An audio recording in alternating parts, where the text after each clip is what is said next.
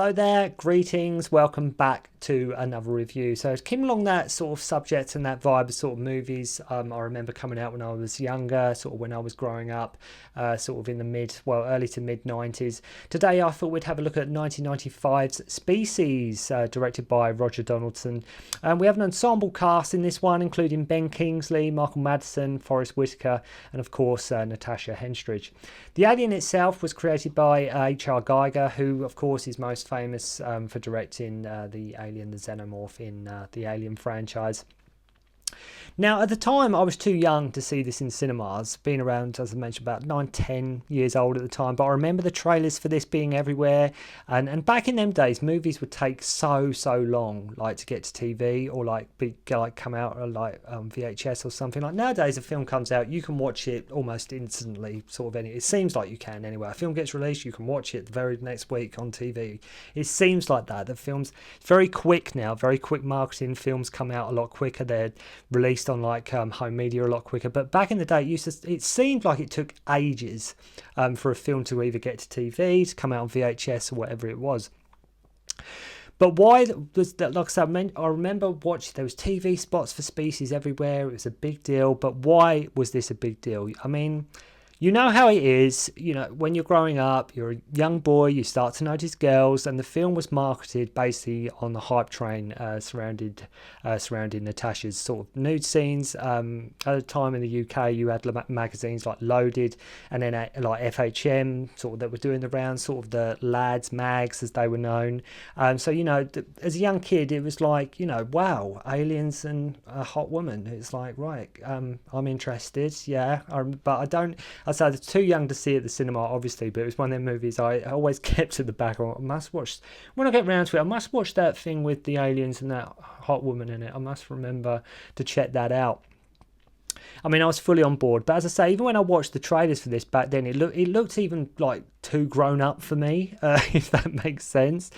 But so it wasn't a movie I saw until I was around maybe 12, 13, around that time. And the film, watching it again recently, is very tame by today's standards. We get elements of Alien, there's elements of Frankenstein here, a modern day thriller, and even a bit of Predator 2 thrown in for good measure. I think the problem with any Alien movie that has whereas sort of Alien and Predator movies were so iconic and huge franchises, something like this, when an alien is on the loose, it's always going to be compared to their movies. Because, I mean, especially the first two Alien movies, and I will say the first two Predator movies, because I think Predator 2 is a good film. Despite what people say about it, I think it's a great movie. I think it's a great sequel. Not as good, but I think it's more than worthy. So I think Predator 2's taken a lot of unnecessary flack over the years. I absolutely love Predator 2. But anyway, what I'm trying to say is, where sort of movies like Predator and Alien done it so well right off the bat with their movies, like if you're just talking about the first ones, Predator 1 and Alien 1, they done it so well, so amazingly well first try, that any other film involving an alien is going to be compared to that in some way, for better or worse, whatever, but it's always going to be compared to them movies, especially when you have like sort of the same creature designer from one of them franchises too. On the release, the film done good business, I should say, at the box office, and obviously we have a few sequels to the movie. And what the film does well is that it does offer a different premise and set up to what could have easily been just an alien comes to Earth and wants to mate. It could have been as at its core, at its simplest basic component, that's what it could have been. They do put a different spin on it, and I guess the filmmakers were hoping they were going to have sort of another Alien/Predator type of franchise on their hands here. And unfortunately, the film doesn't have that entertainment and long-lasting appeal as their movies do. For one thing, Seal herself, the creature, I never found ever that scary, even when I was younger, and there is more focus on her as in human form, wearing very little than the actual alien form. And even at the end, when she does go full alien mode, a fair chunk of it is some very, very, I was saying, sometimes movies, especially from around the 90s, because CGI was sort of coming in, and sometimes it works and sometimes it really didn't work. And if you watch the end of Species now, they said there's quite some bad CGI, very dated at the end. So whilst not a classic, I don't think it's a classic. There are still moments to enjoy here, and it is an entertaining, because I would say you have a great cast which do help carry the movie.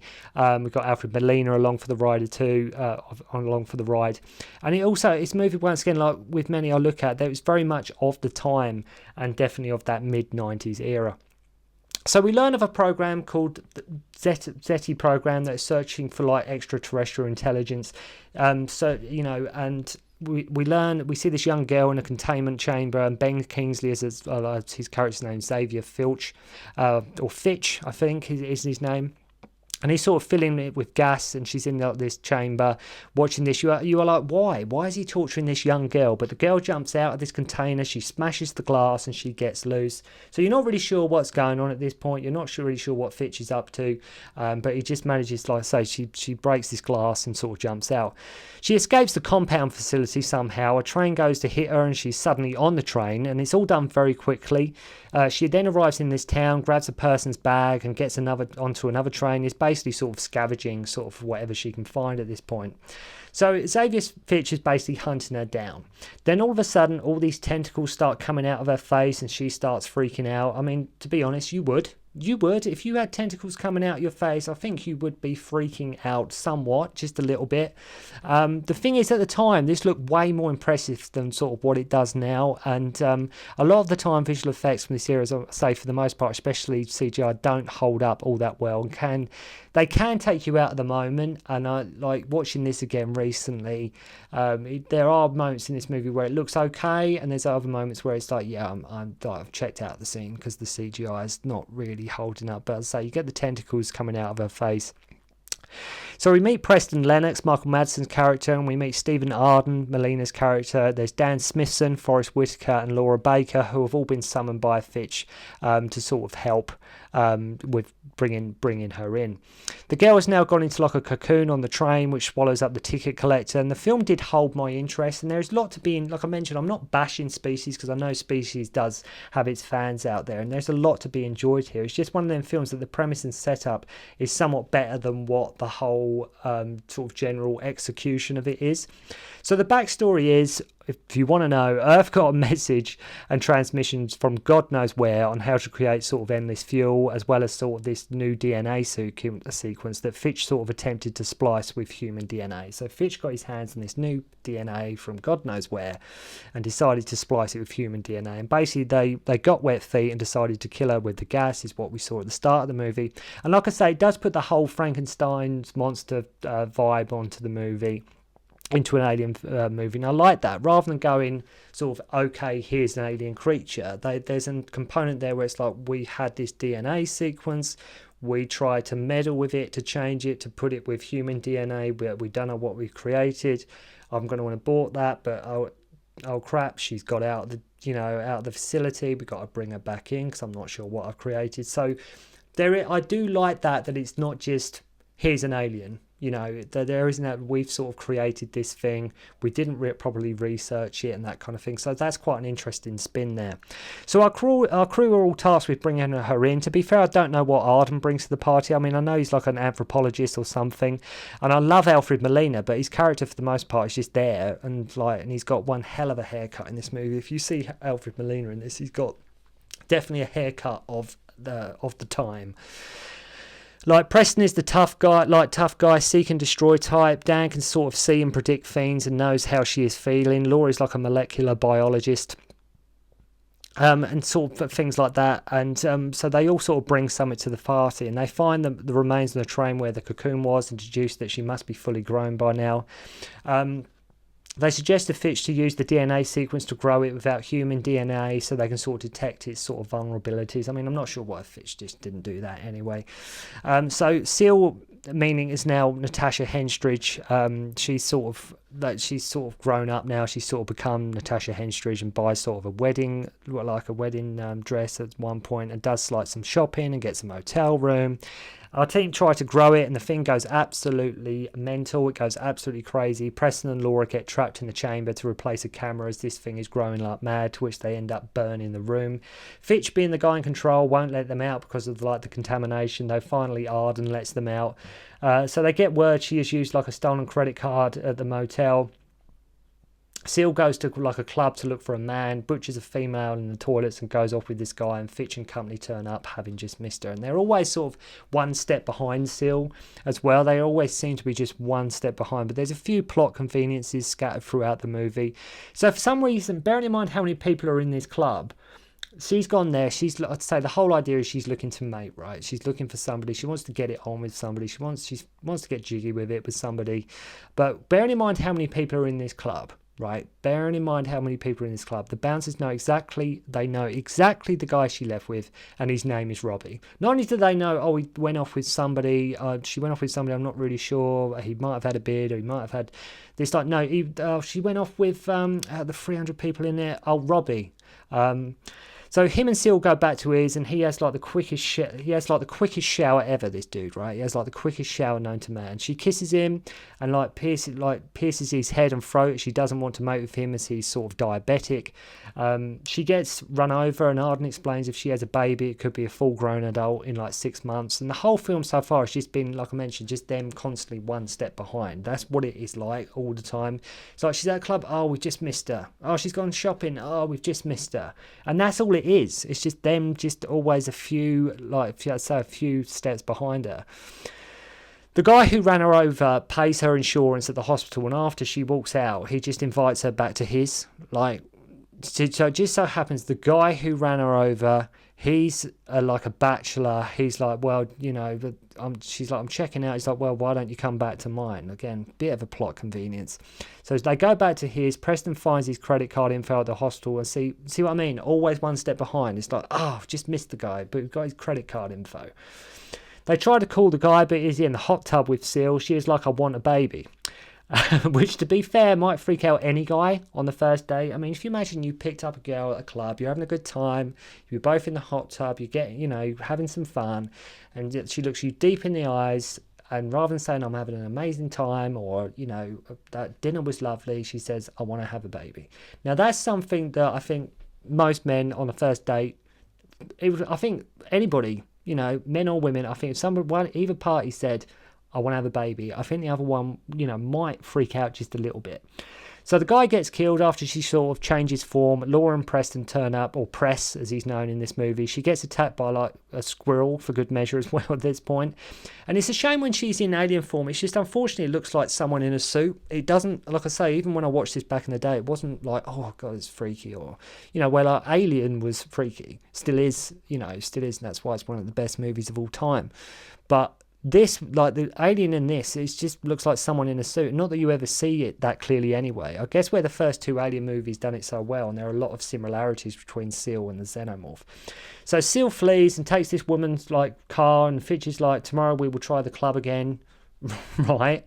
For some reason we have really forced romance between Preston and Laura Baker as them two are sort of bonding, and it is so forced. It is so forced. So we see the woman who Seal's sort of kidnapped, tied up, who like she took the clothes off, and then she cuts her thumb off. Seal can sort of regenerate, by the way, in case you didn't know. And like Seal at this point starts collecting gas from the gas station. And you're like, what is she doing? Like, why is she collecting gas? What's this leading to? So Dan runs into her outside the club after being scared by some hobos at one point. And I love it. I love how he shouts, she's here. And then everybody miraculously just comes out of this loud, noisy club.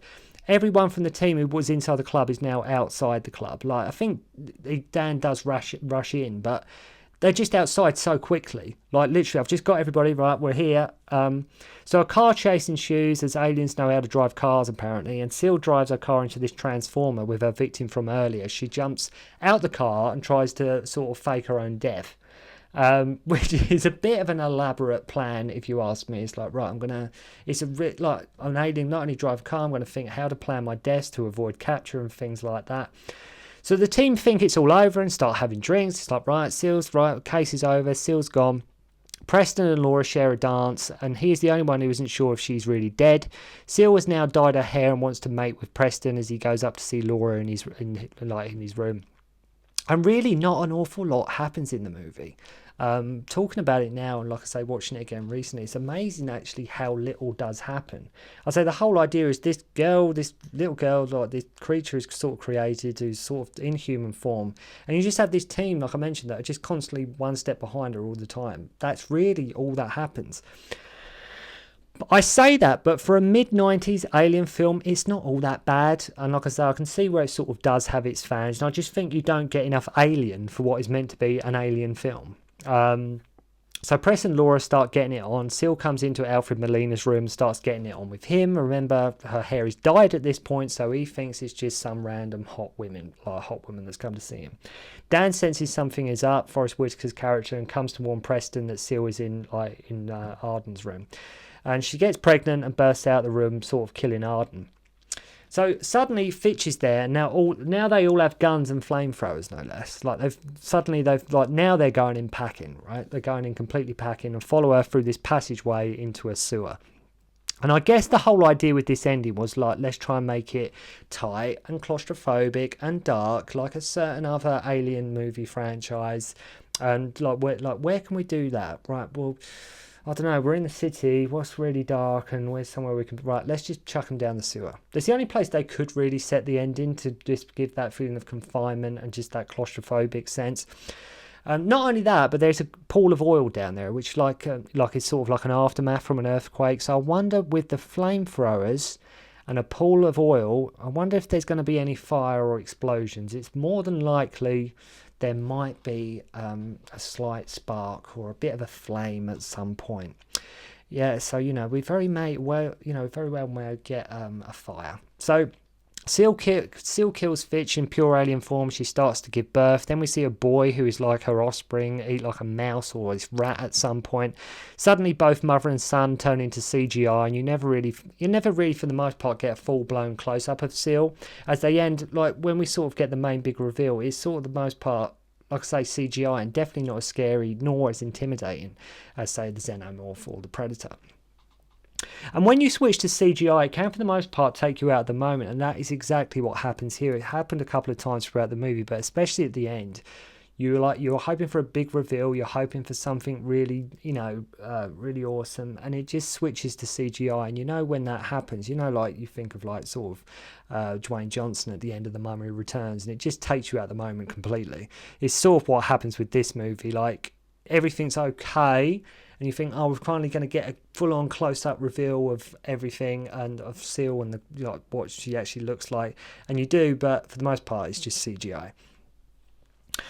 So, which I'd say it's a shame it just takes you out the moment like that. So the sun gets flamed by Dan, which of course sets the oil on fire. Preston shoots Seal, blowing her head off, and him and Laura save Dan from falling. And the movie just ends with like an alien rat that got changed because he ate part of Seal's tentacles that Preston cut off. So this rat sort of ate these like tentacles that sort of Preston cut off, and this rat turns into got part of the DNA inside him now or whatever.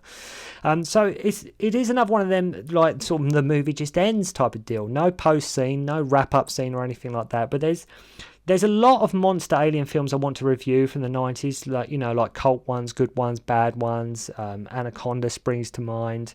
Guillermo del Toro's Mimic is another one that I want to review for you guys. That I just remember from that period, just the mid-90s when they're like creature features and things like that. But if you like Species, let me know what you think of it. Are you a fan? Are you a fan of the Species franchise? Filmed very much of the time. As I say, was hugely popular due to the hype behind Natasha Henstridge and just how little clothing she was going to be wearing in the movie. And do you remember the hype around it, the movie? It is a good movie. It's just a somewhat predictable one, and not maybe having enough alien in it as it should have for sort of an alien movie. But I think the idea is I think with this movie, I think maybe I'm looking at, I think it's more of a thriller than like an alien movie. And I think that's definitely the way to approach it. I will try and get through the other Species movies, but I'm just trying to go through movies that I remember coming out when I was younger, films that were at the cinema or I saw trailers for from back in the day, and just part of my childhood that I sort of remember watching, or the buzz and the hype train was around. But let me know if you've seen Species, what you think of it, and if it's one of your favourite movies. But so I will get round to doing the others very, very soon. So thank you very much indeed for watching. Hope you enjoyed the review, and I'll see you again soon. concentrate on the finger or you will miss all that heavenly glory.